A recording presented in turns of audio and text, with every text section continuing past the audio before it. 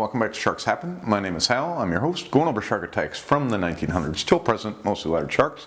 Start out today going back for a little bit of an update on an Inhambane Bay, Mozambique attack. This was December 17th of 1970, and I went ahead and printed this up. GSAF report here. Here's the name of the guy, Castigo Litura, and I'm going to tell you the details. They have a different source than H. David Baldrige. On the black male, which Castigo is the black male from the H. David Baldrige book, he just wasn't identified at the time. It was said that his shoulder and arm were bit off. When he was bent down into the water, the shark came up and decapitated him. And then after that, the shark was biting on him as the rest of the shrimpers got him off of him. Well, this report here on Castigo Litura says that he was decapitated, his arm was severed at the shoulder, and his body was severely mutilated by the shark. It's the same year. Both of them are in your files. You got one extra attack because Castigo in the black male you have, or you just have it listed as male. H. David Baldrige referred to him as black male. This is the same guy. So you got one too many attacks. You want to go through your attacks once in a while and look at what you have. You'll be able to see when you have this happen. All right, so now that we got that out of the way, we'll continue on with the show. We're going to start out our fresh attacks over off Deerfield Beach Fishing Pier, which is in Broward County, Florida. The date, October 19th of 2015. Peter Kirn, he's 21 years old, and there's some nice waves coming in from some heavy winds, and he wants to take advantage of them. It's just before 2 o'clock in the afternoon. He gets himself out about 50 yards from shore. He's just past the end of the pier, and he's on his board lying, slowly paddling. Said he's waiting on a wave. He's got his feet dangling off the end of the board. He's in 6 to 7 feet deep water, and like I said, just before 2 o'clock, and he suddenly feels a clamping on his foot, and he said that he felt like the shark was trying to twist, like it was going to spin. So the shark went ahead and grabbed his foot, and then he turned back to look. After he was bitten, the shark had already let him go, but it kept jumping out of the water and spinning after it hit him. So it was a 5-foot spinner shark that bit him in the foot. He required 20 stitches to be able to close up his wounds to his foot. Probably would have been a little bit less damaging had the shark not tried to twist when it grabbed his foot, but that's what they do. They like to spin like that when they hunt. It sounds like that they'll grab the fish and spin when they go up out of the water. I always wondered, are they spinning up and jumping down back in the water? But that's just sounds like their motion when they catch the fish. So that's our attack on Peter Kirn, an attack, not an attempt to predate, by a 5-foot spinner shark. Okay, now we're going to head over to Oudin, Salé, Liban, and that is on Reunion Island, and the date is April 11th of 1999. Guy Oudin, he is 52 years old, and he is at the beach. He's there with his niece who's there visiting. He decides that he's going to go swimming. It sounds like they're both swimming, but a huge wave came in, and they said that it raised the basin in the little area that they're swimming in over 1 meter. So a wave came in that raised the water level 1 meter where they're at, and as it swept back into the sea, it took Guy with him. So now Guy Oudin is over 100 meters out. A very strong swimmer. The niece goes and runs and gets help, gets 2 lifeguards, and they show up. And they're standing there, they look out, they can see Guy, one or the other, Guy or Guy. They can see him out there, and he's a very strong swimmer, so they're not worried about him going ahead and drowning, but they soon see 3 dorsal fins start converging on him, and as soon as they get there, all 3 fins get there, and he disappears below the surface. A search, they could never find anything of him. They believe this was 3 bull sharks that converged on him, and another one of those cases where the water takes you out where you'd probably be okay if you were where you were at, but the current or tides, whatever it is, drags you out, and now you're out there and you're around the sharks when you wouldn't have been. So we're going to put this down as an attack and a predation by 3 bull sharks on Guy Oudin. Okay, now we're going to head to Junk Bay, which is in Hong Kong, and the date on this is September 15th of 1954.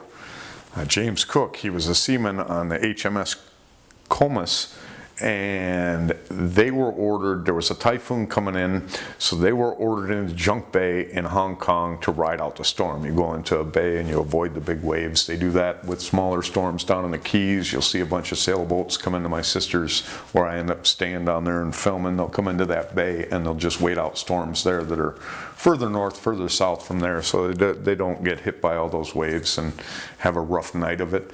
Same thing they do with the large ships, and they were ordered into Junk Bay. Well, while they were in the bay, they decided they wanted to go swimming. A really good swimmer, this is all from one of the gentlemen on the board, what was his name? Sidney Curry. He's the one telling the story. He's a really good swimmer, but he did not go swimming with them that day because it was cold, cold water, so he didn't want to go in there.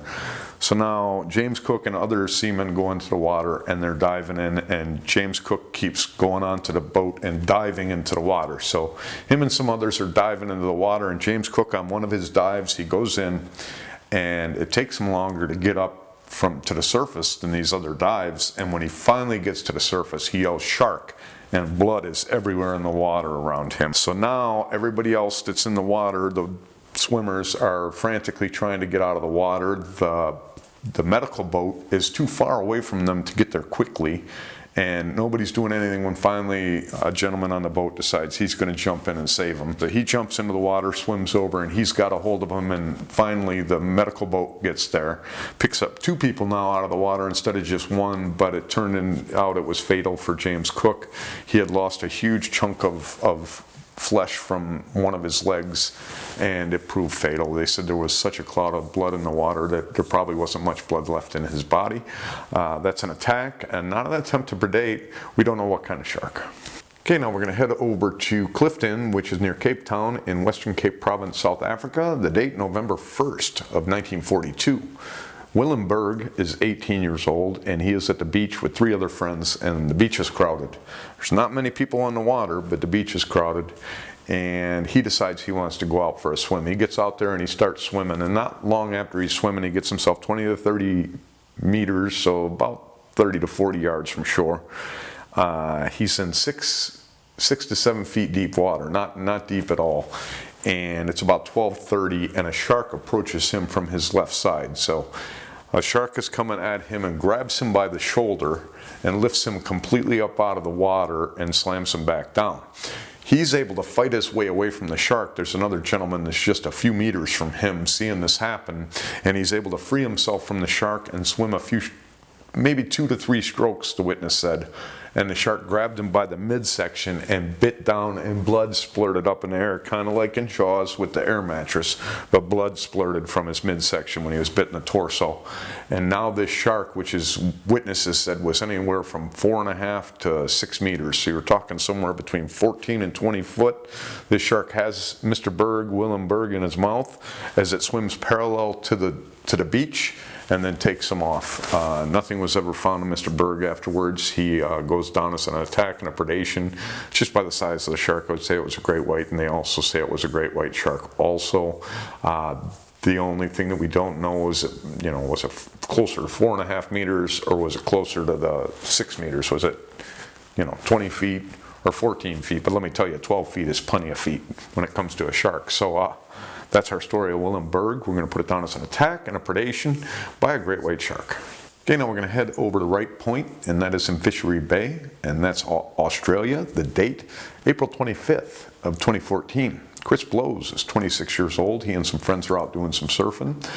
There's about a dozen surfers in the water at the time. It's 9:45 in the morning, and Chris is laying on his board waiting for a wave about 400 yards from shore, but he's only about maybe 15 feet from land, because there's rocks 15 feet from him, and there's a big chunk of land that jets out, so you can actually walk around there and everything. So he's not far from land, he's just far from shore where they're going to. He's 400 yards out. They don't say how deep it is, and he's laying there, and a shark comes up and hits the left side of his board. Goes ahead and takes a bite, but doesn't get Chris, it doesn't sound like. It gets his board, knocking him into the water. Now there's a gentleman that just got out of the water, and he's up on that land, probably over by the rocks, because he's only 50 yards away, and Chris is 400 yards from shore. So he's got to be up on those rocks, and he's watching this from an elevated position. And he says that he saw the shark just come in, bite his leg, take it off, and swim off, dragging the board with it, because the leg still had the leash attached to the ankle, and the shark's swimming off with his leg, and it's dragging the board with it. So this witness up there just watched the shark drag that board off as he took his leg away. Chris himself said that he had known that the hit, he said it came out of nowhere, the first hit on the side. He said it was just shocking, but he knew that he was being attacked right away. And the second time, as the shark came by, so he's still conscious, the shark's coming to get him a second time. And he said he could see that all his friends were with him. So all his surfer buddies had gotten over there in time for that shark to come back, grab him by the leg, and take his leg off and take it away. Somewhere between him seeing his friends and the shark clamping down on his legs, he lost consciousness because he did not know that he had lost his leg until he woke up into the hospital. You know, no sign of the shark or the leg again. I'm going to put this down as an attack, not an attempt to predate. They said this was a great white shark, 6 meters long, so you're talking a 20-foot shark grabbed onto him and his board, and then came back and grabbed him by the leg and took his leg with him. But, you know, like I said, those attacks on boards, I don't think the shark cares whether it gets the person or the board. It's just taking out its frustration on the whole situation. That's how we're going to put this down. Attack, not an attempt to predate, by a 20-foot great white shark. Okay, now we're going to head over and finish off our unprovoked attacks at Coal Island, and that is in Western Australia. The date, January 5th of 2020. Gary Johnson. He is 57 years old. He and his wife are going to do some diving, and they pull up near Coal Island, and they're going to go ahead and do some diving. But first, Gary's going to take and he's going to tie off an anchor line for extra, I guess, stability to the boat, extra safety or something. I still don't understand quite what he's doing here, but you divers will understand, you boaters might understand, but I'm neither, so I don't understand. But they go out and they're in the water, they're 50 feet deep. He's only 4 meters from the boat, but he's 50 feet down at the very bottom of the water. Now his wife's down there too, and Gary has shark shield. He keeps a shark shield on him, which is that device that'll send out a shocking electric pulse to keep sharks away. But she says that he'll turn this off when he's doing this with tying off the rope. So he's got the rope in his hand, he's at the bottom of the water, and he's swimming now, and there's a mound just away from him. His wife sees him swim over the mound and disappear. And shortly after that, she's thinking something's wrong, so she starts swimming over there, and she says he reappears, and she can see him about from the waist up, from the higher thighs up, but something didn't look right. So she goes swimming over towards him again, and now all of a sudden there's dust kicked up. A bunch of the soot from the bottom is kicked up in the air. There's probably blood mixed in there, and there's bubbles. And she can see a large shark tail waving around in this mess.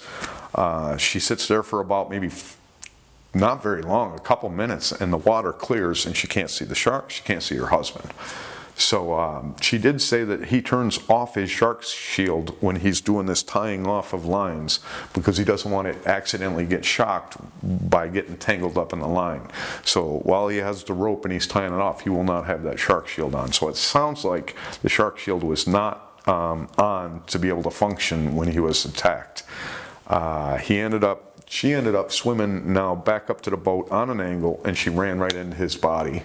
And he was lying on the surface, it sounds like face down, and his arm was missing. So it had taken his arm with him. Now she took him and swam him over to the boat, and she did everything she could to get him up and onto the boat. And she couldn't do it. She could not get his body up onto the boat. So eventually she had to let him go, and he sank down. She took the boat and went to get help. By the time they get back, they never recovered the body. So, you know, we're going to put this down as an attack, not an attempt to predate. I'm thinking that, you know, just by taking an arm and leaving, I'm thinking it was a tiger shark myself. I would suspect that. Another one would be the great white that would do that. But I'm thinking a tiger shark. They're pretty good about taking a limb and just being satisfied with that if they're going to take something. And I'm thinking that he was scavenged afterwards. You know, how are you going to get back to the exact spot once you leave a spot? I'm out on the ocean, probably in the same spots a lot, and I don't know one spot from another.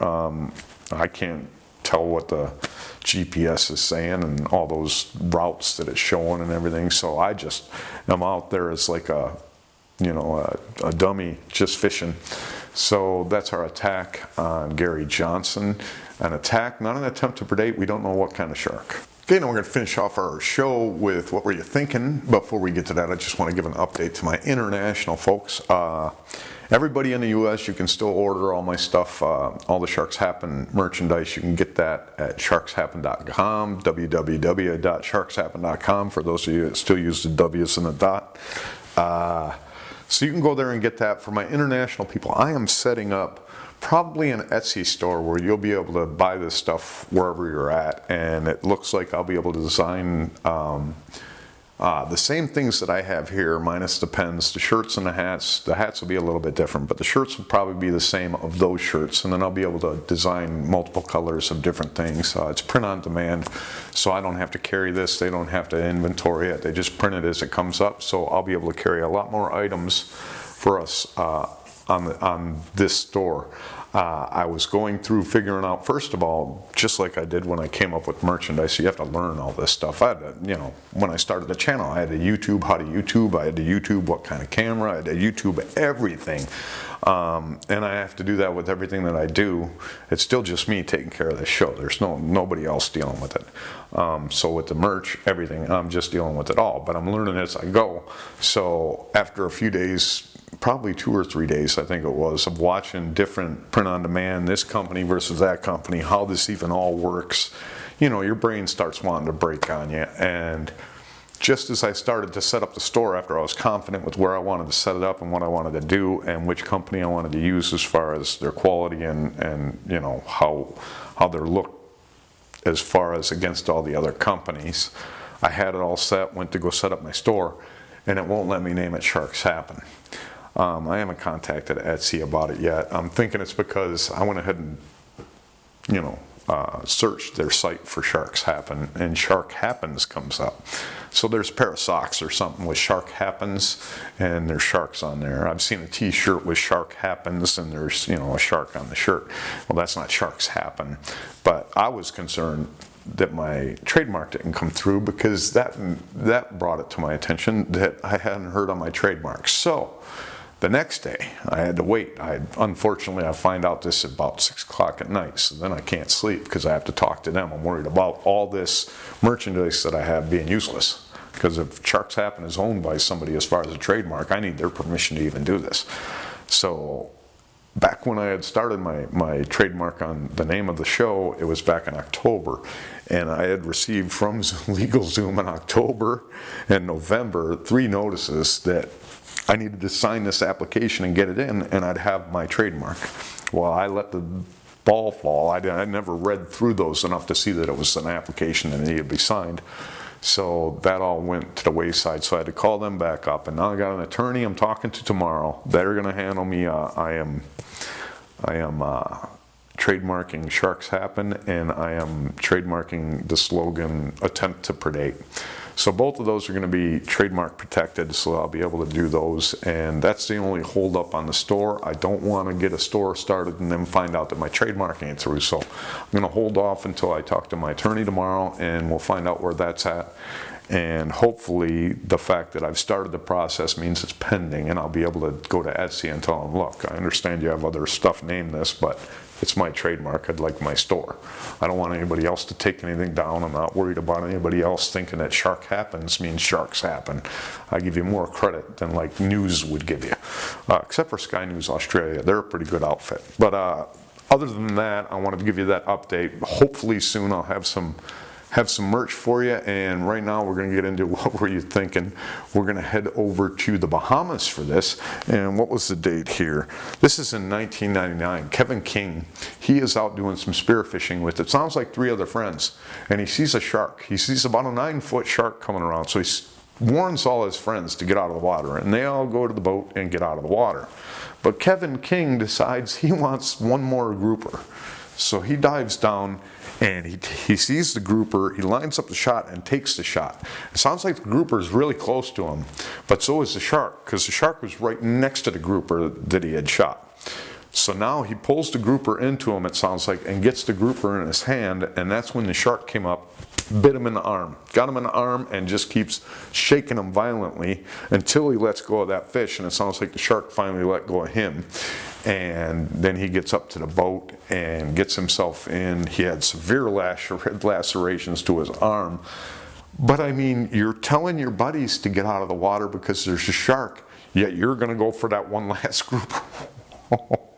You aren't thinking. I mean, it doesn't matter what you're thinking because you're not thinking in that case. You're going to tell them all to get out of the water, but you're going to go get that fish. Makes a lot of sense to me. So that's our show for today. I hope you enjoyed the show. I hope you join me again tomorrow for another set of attacks, as this is Sharks Happen Shark Attack Week, and I'm going to have a show every night this week from Monday through Friday. So I'll see you every day this week with a new set of shows, new set of attacks, and until then, if you go into that water, you are much more afraid of those sharks than they are of you.